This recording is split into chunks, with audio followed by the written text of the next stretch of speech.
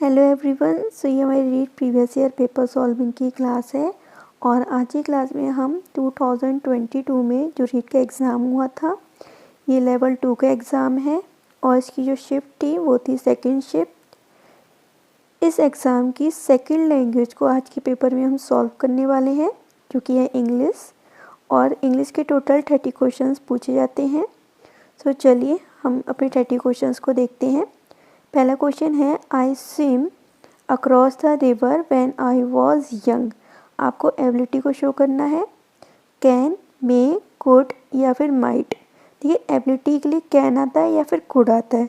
Can कहाँ लगता है? जब प्रेजेंट की बात होती है, और कुड कहाँ लगता है? जब पास्ट की बात होती है। तो यहाँ पे वॉज लगा हुआ है, तो वॉज किस में लगता है? कौन से टेंस में लगता है? पास्ट टेंस में लगता है, तो कैन का क्या हो जाएगा? कुड। तो इसका राइट आंसर है option number C. I thought he dash be at home. Possibility, देखिए पॉसिबिलिटी के लिए मे और माइट का उपयोग होता है। ठीक है, अब आपको फिर से ये समझना है कि मे कहाँ लगता है और माइट कहाँ लगता है। अगर सेंटेंस प्रेजेंट में या फिर फ्यूचर में है तो मे लगाएंगे, और सेंटेंस अगर पास्ट में है तो माइट लगाएंगे। मे का क्या हो जाता है? पास्ट में माइट हो जाता है। देखिए यहाँ पे क्या लगा है?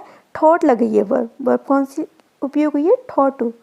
थिंक की सेकंड फॉर्म या थर्ड फॉर्म होती है थॉट। तो मीन्स ये जो सेंटेंस है वो पास्ट में है, क्योंकि पास्ट में हम सेकंड फॉर्म का यूज़ करते हैं सिंपल पास्ट टेंस में। तो जो हमारा नेक्स्ट सेंटेंस है वो भी पास्ट में ही आएगा। तो मे की सेकंड फॉर्म क्या होगी? माइट। तो उसका राइट आंसर है option number A, might. I thought he might be at home. मैंने सोचा था कि वो घर पे होगा शायद। फिर नेक्स्ट है, provision is wall and wormwood is distiller। तो here गैल एंड wormwood means। सो आपको बस ये बताना है कि जो गैल एंड wormwood है उसका मीनिंग क्या है? हेल्पफुल, हेटफुल, होपफुल या फिर वंडरफुल। सो उसका जो मीनिंग होता है वो होता है हेटफुल, कोई चीज़ जो हमें पसंद नहीं आती है। He stood his ground against adversary। ठीक है, तो ही स्टूड हिज ग्राउंड का मीन्स आपको बताना है। इसके ऑप्शन है stand still, did not fall, maintain his position, maintain his gain. तो स्टैंड हिज ग्राउंड का मतलब क्या होता है? अपनी पोजीशन उनको मेंटेन करके रखना। तो उसका राइट आंसर है ऑप्शन नंबर सी।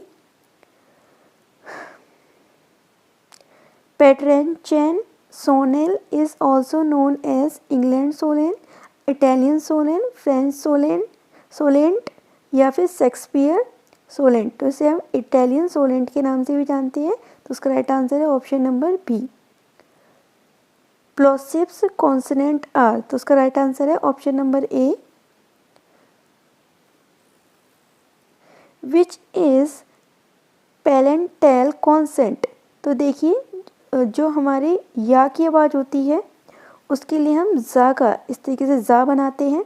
तो उसका राइट आंसर होगा option number C. Which phonetic symbol for underline letter in the word tile. Tile के लिए आपको फोनेटिक सिंबल बताना है, और इसमें क्या अंडरलाइन करके दिया है? आपको आई को अंडरलाइन करके दिया है। सो इसका जो राइट आंसर होगा वो होगा ऑप्शन नंबर डी, ए और आई। ठीक है, ए और आई इस तरीके से। नेक्स्ट क्वेश्चन देखिए, phonetic transcription for the word hang. Hang के लिए फोनेटिक ट्रांसक्रिप्शन क्या होगी? हैंग। तो उसका जो राइट आंसर है वो है ऑप्शन नंबर बी। जहाँ पे अंग की आवाज़ आती है वहाँ पे ई एन इस तरीके से बनता है, और हा की आवाज़ तो हा ही होती है। तो उसका राइट आंसर हो गया option number B, hang. Phonetic transcription for the word gesture. देखिए ज जो होती है उसका जब हम फोनेटिक सिंबल में उसका ट्रांसक्रिप्शन करते हैं तो उसे हम किस तरीके से लिखते हैं? डी और इस तरीके से सिंबल। ठीक है, फिर आएगा जेस, फिर आएगा, और यहाँ पे जेस्चर में आ की आवाज़ आ रही है ना, तो आ का सिंबल क्या होता है? इस तरीके का। तो ये हो गया जेस्चर। ठीक है, तो उसका राइट आंसर है option number A. Next question है, which one of these is not related to passive vocabulary. तो आपको पैसिव वोकैबुलरी से क्या रिलेटेड नहीं है वो आपको बताना है। ठीक है, पैसिव वोकैबुलरी की ऐसी वोकैबुलरी होती है जिसमें बच्चा कुछ ज़्यादा एक्टिविटी नहीं करता, अपने शांति से ज्ञान को ग्रहण करता रहता है। वर्ड आर रिकॉग्नाइज्ड, हाँ वर्ड तो रिकॉग्नाइज होते रहते हैं। वर्ड्स आर अंडरस्टूड, हाँ बच्चा वर्ड को अंडरस्टूड भी करता है। Words are often use in speaking and writing, जो वर्ड्स है उनका ज़्यादा बच्चा स्पीकिंग और राइटिंग में उपयोग करता है, लेकिन ये नहीं होता है। पैसिव में क्या होता है, बच्चा आराम से स्थिर होकर बैठा रहता है, जो भी उसे टीचर से ज्ञान देते हैं, उससे अपने वातावरण से जो भी ज्ञान मिलता है उसको लेता रहता है, लेकिन वो उसको एक्टिवली उसको रिप्रेजेंट नहीं करता है। तो उसका राइट आंसर है ऑप्शन नंबर सी। जब वहाँ पे वो स्पीकिंग या राइटिंग करता है तो वो पैसिव नहीं एक्टिव वोकेबलरी हो जाती है। Motivation is a process of asserting interest, maintaining interest, या फिर कंट्रोलिंग इंटरेस्ट, या फिर all of this. So motivation में क्या होता है, ये सब चीज़ें होती हैं। हम अपने मेंटेन भी करके चलते हैं अपने इंटरेस्ट को और कंट्रोल भी करते हैं अपने इंटरेस्ट को। मोटिवेशन का मतलब ही इंटरेस्ट से है। तो इसका राइट आंसर है option number D. Communicative approach to English teaching means, इसका क्या मीन्स है, इनफॉर्मल अप्रोच नहीं, ग्रुप कॉम्पिटेंस, ग्रुप कॉम्पिटेंस, या फिर कम्युनिकेशन कॉम्पिटेंस, या फिर कम्युनिकेटिव अपीयरेंस। तो इसका राइट आंसर होगा option number C.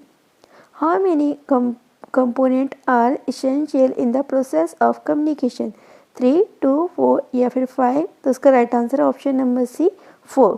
The communicative approach in teaching of English has been practiced and developed in India, England, Indonesia या Japan, England and America, और China and Japan. तो उसका right answer है option number D, China and Japan. आप ऐसे याद रखिएगा कि जो कम्युनिकेटिव अप्रोच थी, ठीक है, इंग्लिश की, वो कहाँ पे प्रैक्टिस कहाँ की गई होगी, चाइना में बहुत सारा काम होता है तो चाइना में, और डेवलप्ड कंट्री सबसे ज़्यादा कौन सी है, जापान। तो इस तरीके से आप जापान याद रख लीजिएगा। नेक्स्ट क्वेश्चन है, multi linguistic is in classroom can be use to choose the irrelevant option, मतलब आपको रॉन्ग वाला बताना है कि इसमें से कौन रिलेट नहीं कर रहा है। देखिए मल्टी लिंग्विस्टिक क्लासरूम क्या होती है, जहाँ पे डिफरेंट लैंग्वेजेस को पढ़ाया जाता है, या भी बच्चों की जो नेटिव लैंग्वेज होती है सपोर्टेड, एक क्लास में एक बच्चा मराठी बोल रहा है, एक तेलुगु बोल रहा है, एक हिंदी बोल रहा है, एक इंग्लिश बोल रहा है, तो किसी को भी मना नहीं किया जा रहा है, सबको उनकी लैंग्वेज में बात करने के पूरे मौके दिए जा रहे हैं। और इससे क्या होता है कि बच्चे क्या होते हैं अपनी कम्युनिटी के बारे में और ज़्यादा जानते हैं, एक दूसरे की रेस्पेक्ट करना सीखते हैं, और उनके बीच में एक गुड रिलेशनशिप भी बनती है। तो इसके ऑप्शन है teaching afresh what has not been taught, sorry मैं इससे गलत ऑप्शन पढ़ने लगी, ये है इसके, टीच ऑल सब्जेक्ट, ठीक है, teach about diverse cultural groups, हाँ, टीच ओनली लैंग्वेज, केवल लैंग्वेज को ही पढ़ाया जाता है, नहीं, इसमें तो क्या होता है कि बच्चे को कल्चर के बारे में भी, मॉरल्स के बारे में भी ये सब चीज़ें पता जाती हैं, तो इररिलेवेंट यही होगा। नेक्स्ट क्वेश्चन है, which one of these is not a part of remedial teaching, इनमें से रेमेडियल टीचिंग का कौन सा एक पार्ट नहीं है, आपको ये बताना है, ठीक है। अब देखिए जो रेमेडियल टीचिंग है ना, इसमें आप रेमेडियल प्लस डायग्नोस दोनों टीचिंग को प्लस मानिएगा, ठीक है, मतलब दोनों चीज़ें ऐड है इसमें। Teaching afresh what has not been taught earlier, teaching afresh what has been taught earlier, suspending the part of learning that the new items, preference to reinforced practice and forgotten part introduced earlier। सो इसका जो right answer है वो note वाला पूछ रहा है आपको, तो इसका राइट आंसर है option number A. Next question है, which one of this is not a challenge of teaching English, इसमें से एक जो है वो आपका इंग्लिश को पढ़ाने के लिए चैलेंज नहीं है। तो इसके ऑप्शन है determining the goal of language teaching, तो ये तो कोई चैलेंज नहीं है। Several method in language teaching, ये भी कोई चैलेंज नहीं है। लार्ज क्लास साइज, ये भी आपके लिए कोई चैलेंज नहीं है। तो इसका राइट आंसर होगा ऑप्शन नंबर डी, नन, कोई भी चैलेंज नहीं है। Written test and examination are not mean to test vocabulary, translation, pronunciation, या फिर कंपैरिजन। ठीक है, प्रोनाउंसिएशन का जो मतलब होता है वो ओरल टेस्ट जो होता है कि आप किस तरीके से किस चीज़ को प्रोनाउंस कर रहे हो। ठीक है, आपने सपोर्टेड नॉलेज की स्पेलिंग तो बिल्कुल सही लिखी है, लेकिन जब आप प्रोनाउंस करनी है तो आप उसको बोल रहे हैं कनॉलेज। ठीक है, तो आपके प्रोनाउंसिएशन में गड़बड़ है, लेकिन रिटन टेस्ट के थ्रू आपकी ये चीज़ मेजर नहीं हो सकती। उसका राइट आंसर है option number C, pronunciation. The concept of evolution was introduce by doctor West, V S. Bloom, Thomson या फिर व्यार्थ। तो इसका जो राइट आंसर है वो है option number B, V S. Bloom. ठीक है, इन्होंने जो इवोल्यूशन के 3 पार्ट्स बताए थे एक तरीके से। तो उसका राइट आंसर है ऑप्शन नंबर बी। अब 81 से लेके 85 तक के जो क्वेश्चन हैं वो इस पैरा पे आधारित है। तो पहले इस पैरा को रीड कर लेते हैं। Wind energy is drive through a process where wind is used to generate mechanical power of electricity. Wind turbines convert the kinetic energy in the wind into mechanical power, which can be used for specific tasks such as grinding grain and pumping water. A generator convert this mechanical power into electricity. अब question है, dash may be an appropriate title for the given extract. Kinetic energy, electricity, generator या फिर wind energy. यहाँ पे देखिए wind energy की बात हो रही है कि विंड एनर्जी को पहले हम काइनेटिक एनर्जी में बदल सकते हैं, विंड एनर्जी को हम इलेक्ट्रिसिटी में भी कन्वर्ट कर सकते हैं। तो विंड एनर्जी की बात हो रही है, तो उसका राइट आंसर है ऑप्शन नंबर डी। ये हम इसको टाइटल दे सकते हैं। Fill in the blank with appropriate linking device which are given below. Wind is used to generate dash machine power, mechanical power dash electricity. अब इसमें आपको जो भी भरना है वो अकॉर्डिंग टू द पैसेज भरना है।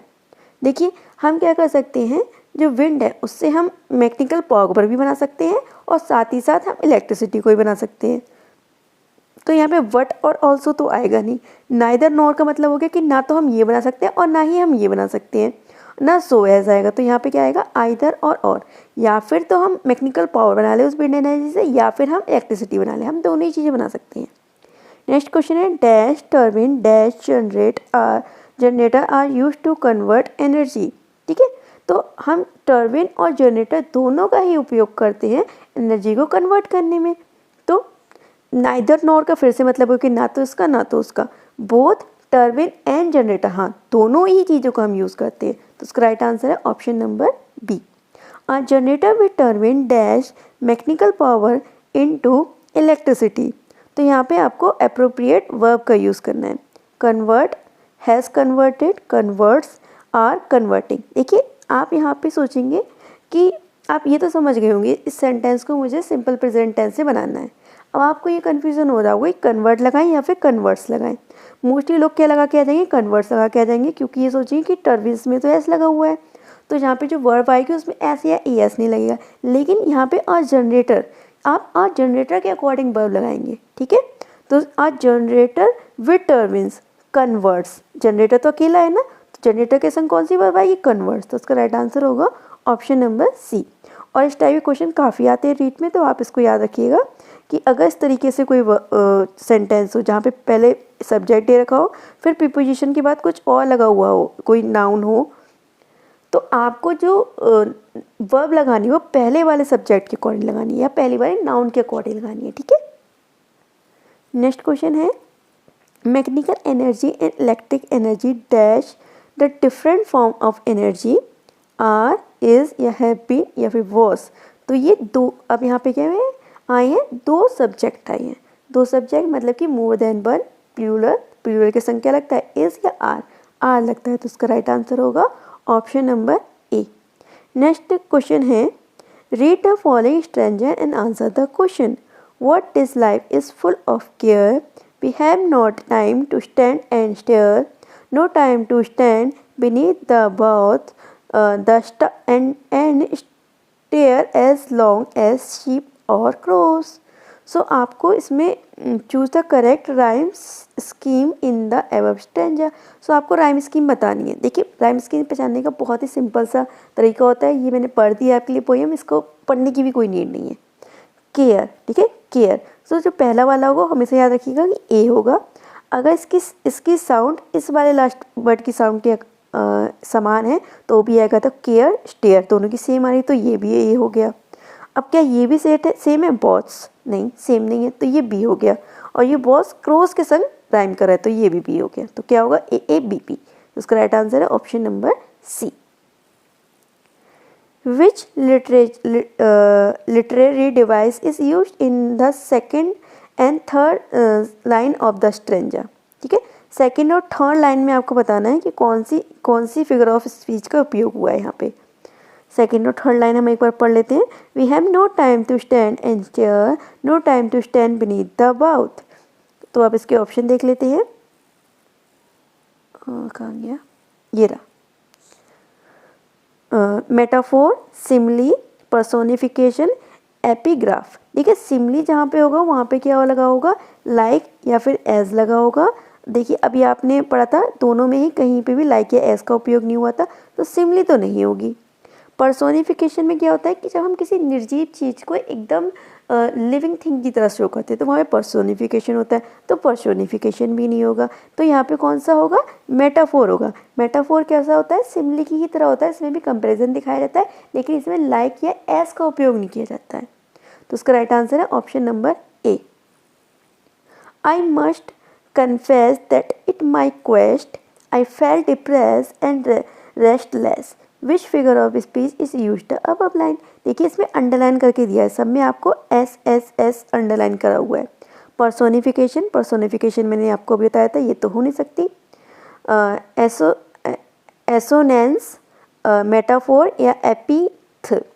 तो देखिए ना तो यहाँ पर्सोनिफिकेशन है ना तो यहाँ पे मेटाफोर है, लेकिन कोई एक ही वर्ड जब बार बार रिपीट होता है तो वहाँ पे कौन सी फिगर ऑफ स्पीच होती है, वहाँ पे होती है एसोनेंस। तो उसका राइट आंसर है ऑप्शन नंबर बी। आप ऐसे याद रखिएगा, देखिए यहाँ पे भी एस एस 2 बार रिपीट हो रहा है, इट मीन्स यहाँ पे जब एक ही वर्ड बार बार रिपीट होगा, इसे हम हिंदी में का अनुप्रास अलंकार भी कह सकते हैं। नेक्स्ट क्वेश्चन है और हमारा लास्ट क्वेश्चन है आज की क्लास का। The soul was like a star and drew apart. ठीक है, आपको इसमें फिगर ऑफ स्पीच बताना है। और अभी मैंने आपको बताया था कि लाइक आ जाए या फिर एज आ जाए, तो वहाँ पे कौन सी फिगर ऑफ स्पीच होगी, वहाँ पे होगी सिमिली। तो यहाँ पे कौन सी है, सिमिली है। सो यहाँ पे हमारे आज की क्लास के 30 क्वेश्चंस कंप्लीट होते हैं। आप लोग मुझे कमेंट बॉक्स में जरूर बताइएगा कि आपके 30 आउट ऑफ कितने मार्क्स आ रहे हैं। Bye and have a good day.